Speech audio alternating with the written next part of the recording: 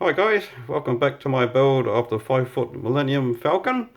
So, as the title suggests, this is like a tale of my two cones that I've built for my build. How do I put this? So, this this one here is essentially my first cone, and it was perfect apart from being undersized, because as everyone who sort of knows me and followed along on my progress in the early days, or the days long gone on my build, I built this cone and I was adamant it was 5 3/4 inch diameter at the base. Now, as it turns out,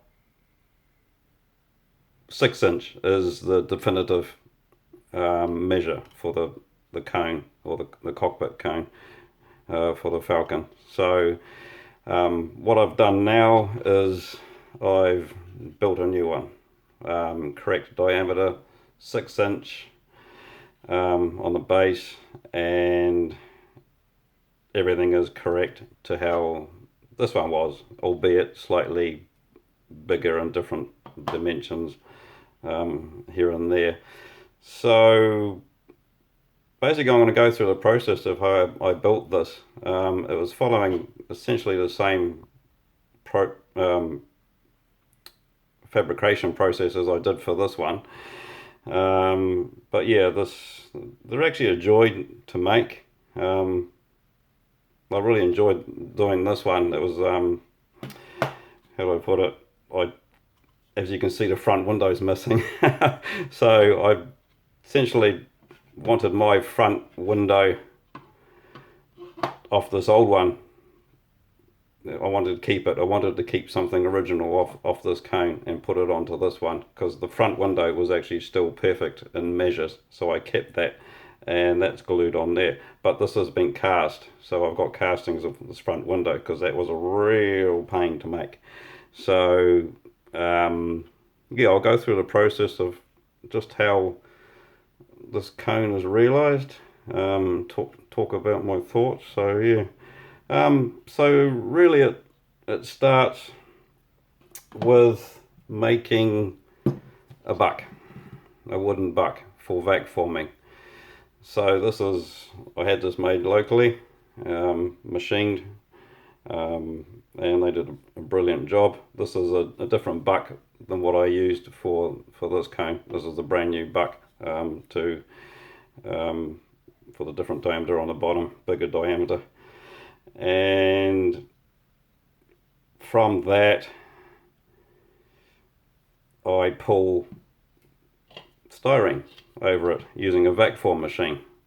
So can you imagine flat sheets of styrene? Anyone that knows vac forming, it's essentially heating styrene sheet and pulling it over a form or a tool, which is essentially what this is, and you get the desired shape. So hence with the cone you get a basic cone shape, or this.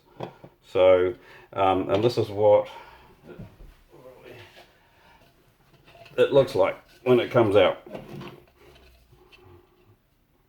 So yeah, that gets on there, it's all sucked down, and through trial and error you get perfect pulls. So you can see on here, this one here, there's a bit of a what we call webbing. That was because Doofus here didn't remove his oven mitted hand in time from the vac form machine, and it got stuck under there. I actually did that about 3 or 4 times and ruined a few pulls. But yeah, you learn, and subsequent pulls are perfect. My burns have healed up now, so yeah, I'm all good. But yeah, so a bit more on the progress for the cone. I will say that I drew this blueprint years ago, for the 5 3/4, and I still use it because the placement is still pretty spot on. albeit just a different diameter. But yeah, it does help to have working drawings to know placement of like panels, where overhangs are, the windows and that sort of thing. So yeah, I'm still quite happy with that blueprint.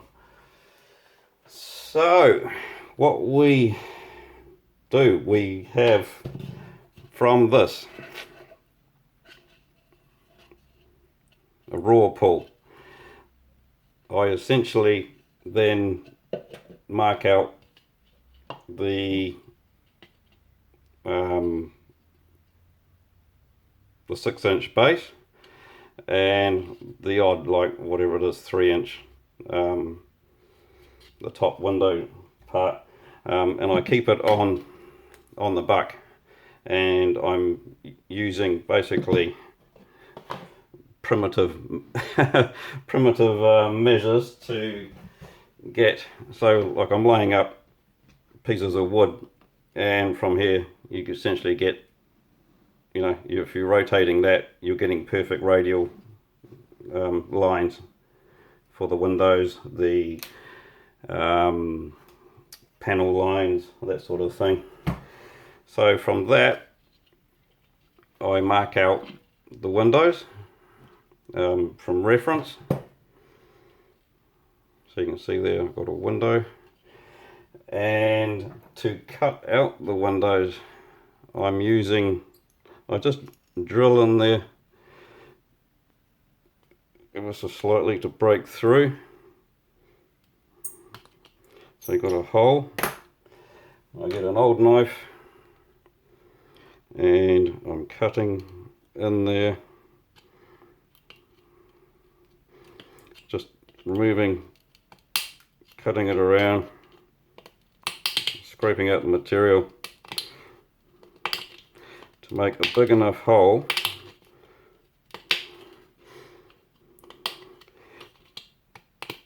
get it in a minute, to make a big enough hole to get a nibbler in. Now my first cone I used, essentially I cut out every window by drilling hundreds and hundreds and hundreds of holes all around each window frame. So you can imagine when you look at this how many holes there would have been to cut out that. So I thought, nah, there's got to be an easier way. So this time I thought, hey, I got a nibbler now, so I'll just chop out, get in there, and if I can get in there, and you nibble away the styrene. Takes a bit of maneuvering, but essentially it just notches out material. And I think I had every window cut out within pretty much like an hour. Yeah, so that gives you an idea. Much easier than hundreds and hundreds of holes. But yeah, from there it's basically, you've got the windows are cut out,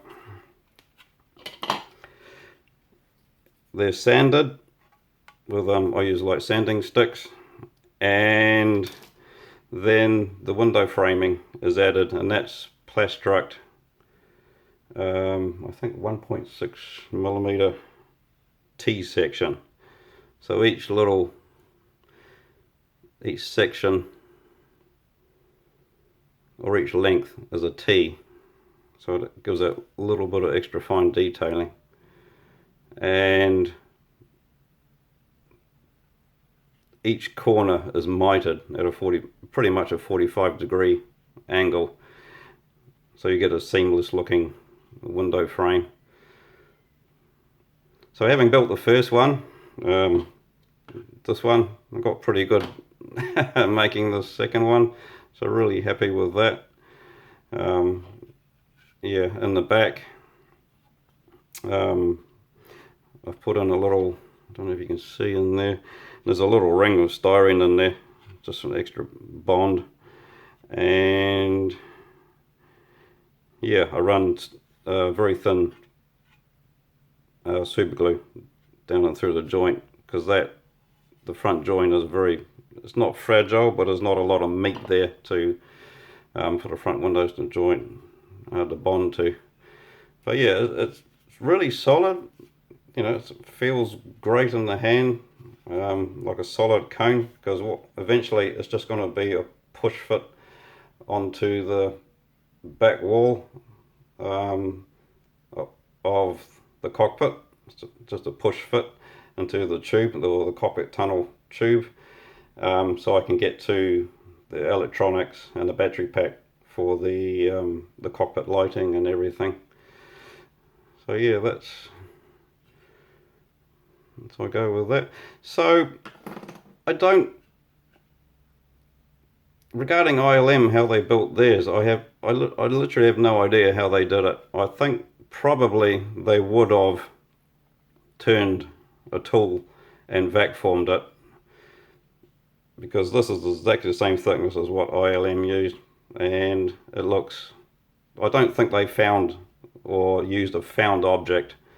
I think that would have been extremely hard, and to find a good plastic like styrene, if it was like a container, like a KFC, well, I don't know, like a chicken bucket or something like that, a little mini chicken bucket cut down, I don't think they would have used that. I think that would have been purposely handmade. Another thing, with the passing of Dave Jones a few weeks ago, I'm wondering if he had a hand in fabricating this. If anyone knows, I'd love to know that, if he actually made the cone, because it has all the earmarks of his fine detailing, and it's just a beautiful creation, an iconic piece. Yeah, it's like the windows are just reminiscent of a B-29 bomber from World War II when you look through. Yes, I do hold it up to the light and look through it, and dreaming on flying the Millennium Falcon, so there you go. So yeah, but yeah, I hope that. Plating, of course, plating. So I pull. So the basic cone is 2mm styrene, and that basically, when I pull it, it stays at 2mm. But when I thought, well, okay, with the plating, I want separate plating, so I used 1mm in the machine, and it came out really thin, like just way too thin. So I tried again with 1.5mm, and that comes down to just below, or spot on to 1mm, which is what I needed. But I'm vac forming the plating as a separate pull as well, to avoid the agony of trying to glue flat styrene over a curved surface. It's just much easier if you've got pre-curved, like this. You can cut out all the panels, mark out the panels, and glue them on, and they're pre-curved to this. Much easier. So I did learn a few things from the first cone to make this much easier process. So yeah, so that's the cone.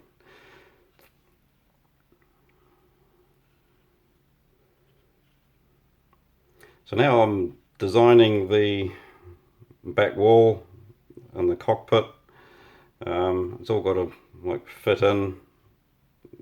Pretty much the cockpit is Spartan of detail, but there is a lot of lighting in there. The cockpit was fabricated. There's quite a few kit parts in there, which I've got.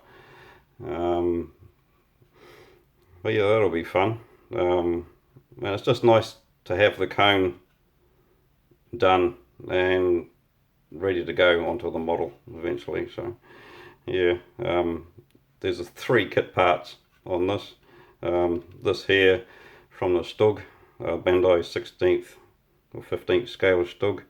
Now I've modified this because I noticed the reference looked different to the actual kit part. The kit part is hollow, so I've actually put in what I saw, and it's a hole. Now I suspect that there was a light that goes in there, looking at the wiring from reference of the inside of the model.